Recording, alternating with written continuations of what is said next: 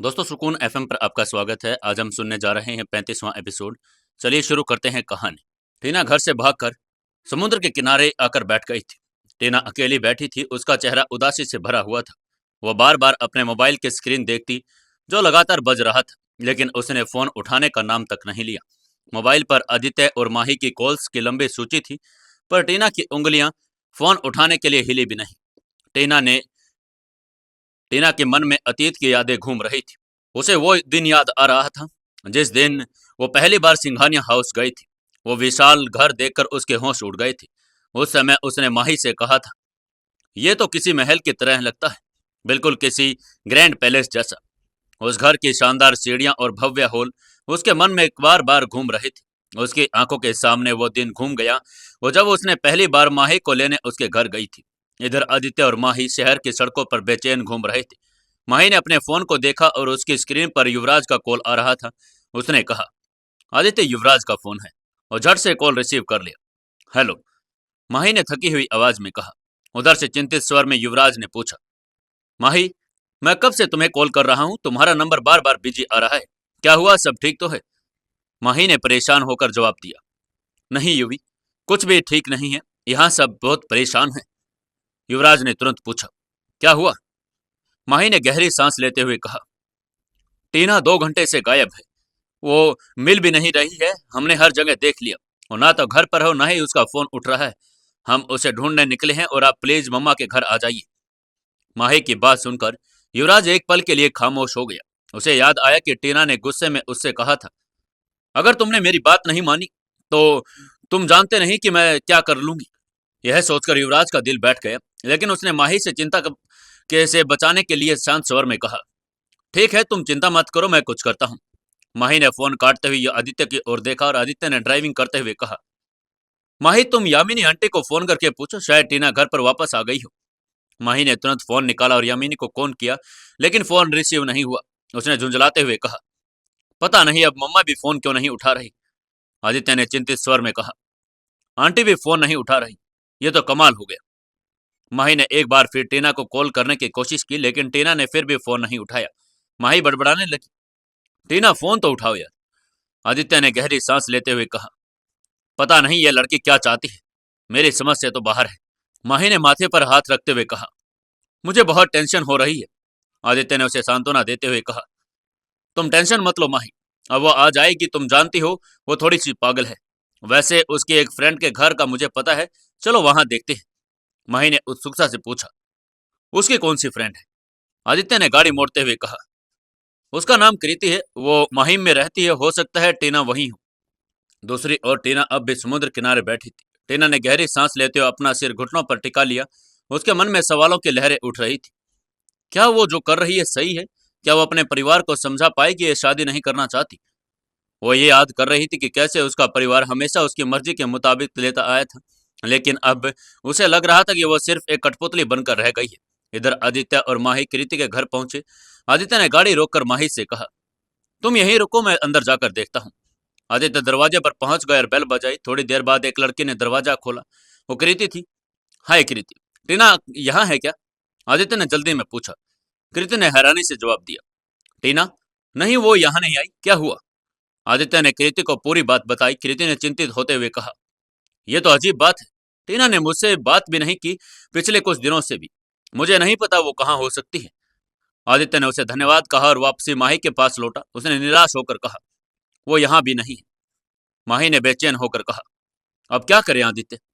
आदित्य ने सोचते हुए कहा, ये एक जगह और है जो वहां पर जा सकती है, चलो वहां पर चलते हैं। टीना अभी भी समुद्र किनारे बैठी थी। उसका फोन एक बार फिर बजा, लेकिन इस बार उसने फोन को देखा तक नहीं। उसने आंखें बंद कर ली और अपने भीतर की बेचैनी को शांत करने की कोशिश की। उधर यशवंत अभी भी सोफे पर बैठे हुए थे। उनकी आंखें भरी हुई थी और माथे पर गहरी शिकन थी। उन्होंने एक गहरी सांस ली और भारी स्वर में कहा, इसलिए लोग भगवान से बेटी मांगते वक्त डरते हैं, ये नहीं समझते कि बेटी के साथ आने वाली परेशानियां क्या होती हैं। काश हमारे पास एक ही औलाद होती। सोनिया जी ने तुरंत उन्हें समझाते हुए कहा, भाई साहब, ऐसी बातें क्यों कर रही हैं? भगवान के फैसलों में भलाई ही होती है, भरोसा रखिए। यशवंत ने नाराजगी भरे स्वर में कहा, किस भलाई की बात कर रही हैं आप? सोनिया जी, ये सब मेरे समझ से बाहर है। अब जीने का कोई मतलब नहीं लगता। यामिनी ने पानी का गिलास और दवाइयों का डब्बा उनके पास रखते हुए कहा, भगवान के लिए ये दवाई खा लीजिए, आपकी तबीयत बिगड़ जाएगी। यशवंत ने गुस्से में गिलास को एक तरफ खिसकाते हुए कहा, नहीं, मुझे कोई दवाई नहीं चाहिए। अब तो चाहता हूं कि मौत ही आ जाए। सोनिया जी ने तुरंत उनकी बात काटते हुए कहा, भाई साहब, ये आप कैसी बातें कर रही हैं? भगवान ना करे कि आपको कुछ हो। तभी मुख्य दरवाजे से किसी के कदमों की आहट सुनाई दी। रीना की नजर दरवाजे की ओर गई। उसने देखा कि टीना दरवाजे के भीतर दाखिल हो रही थी। रीना चौंकते हुए बोली, टीना? उसकी आवाज सुनकर पूरे घर में हलचल मच गई। यशवंत, सोनिया और यामिनी सब अपने अपने जगह से उठ खड़े हुए टीना की ओर दौड़े। यामिनी का चेहरा गुस्से और चिंता से लाल हो चुका था। वो तेजी से टीना के पास आई और गुस्से में एक जोरदार थप्पड़ उसके गाल पर जड़ दिया। कहाँ थी तुम? यामिनी ने गुस्से में कांपते हुए पूछा। टीना चुपचाप खड़ी रही। उसकी आंखें जमीन पर गड़ी थी। थप्पड़ से उसके चेहरे पर हल्की लाली उभर आई थी, लेकिन उसने अपनी मां को किसी बात का जवाब तक नहीं दिया। यामिनी ने उसे दोनों कंधों से पकड़कर झकझोरते हुए पूछ, बोल, कहाँ थी? किसके साथ थी? हमें बताकर क्यों नहीं गई? यामिनी का स्वर अब कंपने लगा था। उसकी आंखों में आंसू छलकने लगे। उसने रुकते हुए कहा, तेरे पिता हार्ट पेशेंट है, अगर उन्हें कुछ हो जाता तो? यामिनी की बातों ने घर के माहौल को और भी भारी कर दिया। सोनिया जी ने बीच बीच बात करने की कोशिश करते हुए कहा, बस करो यामिनी, बच्ची है, गलती हो गई। लेकिन यामिनी के गुस्से का ठिकाना नहीं था। उसने रोते हुए कहा, बस क्यों करूं सोनिया जी? इस लड़के ने हमारी जिंदगी को नर्क बनाकर रख दिया। जब इसे हमारी फिक्र नहीं तो हमें इसकी क्यों करनी चाहिए?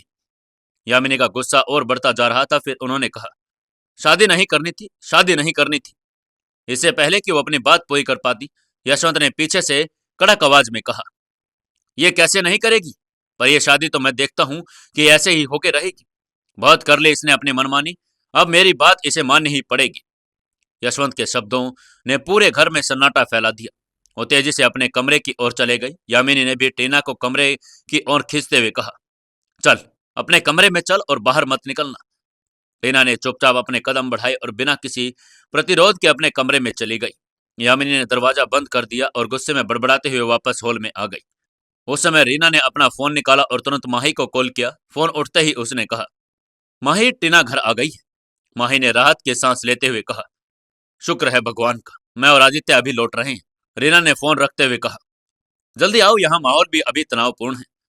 आदित्य ने गाड़ी का रुख घर की ओर मोड़ा। सड़कें अभी खाली हो चुकी थी और चारों तरफ अंधेरा छा गया था।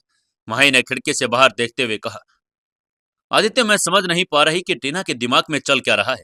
वो हमें इस तरह क्यों परेशान कर रही है? आदित्य ने गहरी सांस लेते हुए कहा, शायद वो खुद ही किसी उलझन में है। घर पहुंचते हुए उससे बात करनी होगी। माही ने सहमति में सिर हिलाया और मन ही मन दुआ करने लगी कि सब कुछ ठीक हो जाए। जैसे ही और आदित्य और माही घर पहुंचे, उनके चेहरे पर चिंता साफ झलक रही थी। बिना समय गवाए दोनों सीधा टीना के कमरे में और गए।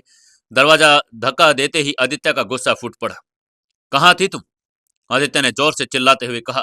उसकी आवाज में दर्द और गुस्सा दोनों थे। क्या तुम जानती भी हो कि तुमने हम सबको किस हालत में डाल दिया था? फोन तक नहीं उठाया। इतनी गैर जिम्मेदार कैसी हो सकती हो तुम? टीना, जो चुपचाप अपने बिस्तर पर बैठी थी, सिर झुकाए आदित्य की बात सुन रही थी। माही ने आदित्य को शांत करने की कोशिश की। आदित्य, बस करो, पहले उसे बात करने दो, उसने धीरे से कहा। लेकिन आदित्य का गुस्सा कम होने का नाम नहीं ले रहा था। उसने अपनी आवाज और ऊंची करते हुए कहा, क्यों बस करूं? क्या उसे सब कुछ मजाक लगता है? एक बार सोचा तक नहीं कि हम यहाँ कितना परेशान हो गए। पता नहीं किस तरह की हरकतें करती रहती है। अब बच्चे नहीं रही है, पर समझदारी का तो नामो निशान भी नहीं। माही ने आदित्य की तरफ गुस्से में देखा और उसके चेहरे पर गुस्सा और निराशा मिला जुला भाव था। उसने कहा, आदित्य, मैंने कहा बाहर जाओ, मैं बात करती हूँ उससे। पूछो इससे, क्या चाहती है ये? अगर मेरी जान लेना चाहती है तो मैं एक ही बार में कहानी खत्म कर देता हूँ। रोज रोज का ये तमाशा अब बर्दाश्त नहीं होता। आदित्य ने अंतिम वार करते हुए कहा और दरवाजे की तरफ बढ़ गया। आदित्य के जाने के बाद कमरे में सन्नाटा छा गया। माही ने धीरे से टीना के पास जाकर उसके कंधे पर हाथ रखा। टीना के चेहरे पर कई भाव एक साथ थे, डर, पछतावा और कहीं ना कहीं एक गहरी सोच भी। माही ने धीरे से पूछा, टीना, क्या हुआ था? कहाँ चली गई थी तुम बिना बताई? ये सब तुम्हारे लिए बहुत परेशान थे और पापा की तबीयत खराब हो गई थी। मम्मी रोते रोते बेहाल थी और आदित्य तो पागल हो रहा था तुम्हारे लिए। टीना ने माही की तरफ देखा। उसकी आंखें नम थी, लेकिन उसके दिल में जो कुछ चल रहा था वो माही से कहने की हिम्मत नहीं कर पा रही थी। उसकी सोच बार बार उसे उस घटना की तरफ खींच रही थी जब उसने युवराज से कहा था, आप माही को नहीं बताएंगे कि मैं यहाँ आई थी? वह युवराज की अमीरी और स्टाइल से बहुत प्रभावित हो गई थी, लेकिन साथ ही उसे इस बात का डर था कि कहीं युवराज ने माही को कुछ बता न दिया हो। माही ने टीना को झकझोरते हुए कहा, टीना, मैं तुमसे बात कर रही हूँ, कहाँ थी तुम? टीना ने उसकी बात का कोई जवाब नहीं दिया। उसने मन ही मन कहा, माही, तुम मेरी इतनी परवाह मत करो। मैंने हमेशा ही तुम्हारी पसंद की चीजें तुमसे छीनी है, लेकिन इस बार मैंने तुम्हारी सबसे कीमती चीज अपने दिल में बसा ली है। तुम इतनी अच्छी हो, लेकिन मैं क्या करूं? मेरा दिल मानने को तैयार नहीं है। मैं मजबूर हूं, और मजबूर और इंसान तभी गलत होता है जब उसे सब सही लगने लगता है। टीना ने माही की तरफ देखा और अचानक उसकी आंखों में आंसू बहने लगे। उसने माही को गले लगते हुए कहा, माही, मुझे माफ कर दो, मैंने गलती की थी, लेकिन मुझसे कुछ पूछो मत, मैं नहीं बता सकती। टीना ने माही को गले लगाकर रोना शुरू कर दिया, लेकिन उसके मन में उथल पुथल मची हुई थी। माही ने टीना को शांत करने की कोशिश की। उसने उसके सिर पर हाथ फेरते हुए कहा, टीना, जो कुछ भी हुआ तुम्हारे साथ मैं हूं, लेकिन तुम्हें मुझसे सच छुपाना नहीं चाहिए। देखो, अगर तुमने कोई बड़ी गलती की है तो उसे मिलकर सुलझा सकते हैं। आदित्य का गुस्सा तुम्हारे लिए चिंता से भरा है। हम सब तुम्हें बहुत प्यार करते हैं, लेकिन तुम्हें हमें सब कुछ बताना होगा। टीना ने कोई जवाब नहीं दिया। उसकी आंखों से आंसू लगातार बहे जा रहे थे। उसके मन में चल रहा था कि वो उसे बताए या ना बताए। क्या टीना माही से सब कुछ सच बता देगी? क्या होगा आगे, जानने के लिए जुड़े रहिए कहानी के साथ। दोस्तों, अगर आपको कहानी अच्छी लग रही है तो इस कहानी को ज़्यादा से ज़्यादा शेयर जरूर करें, अपने व्हाट्सएप ग्रुप्स में शेयर करें और अपने व्हाट्सएप स्टेटस पर जरूर लगाइएगा। और दोस्तों, हमारे इस कहानी को ज़्यादा से ज़्यादा प्यार करने के लिए चैनल को जरूर जरूर सब्सक्राइब कर लेना।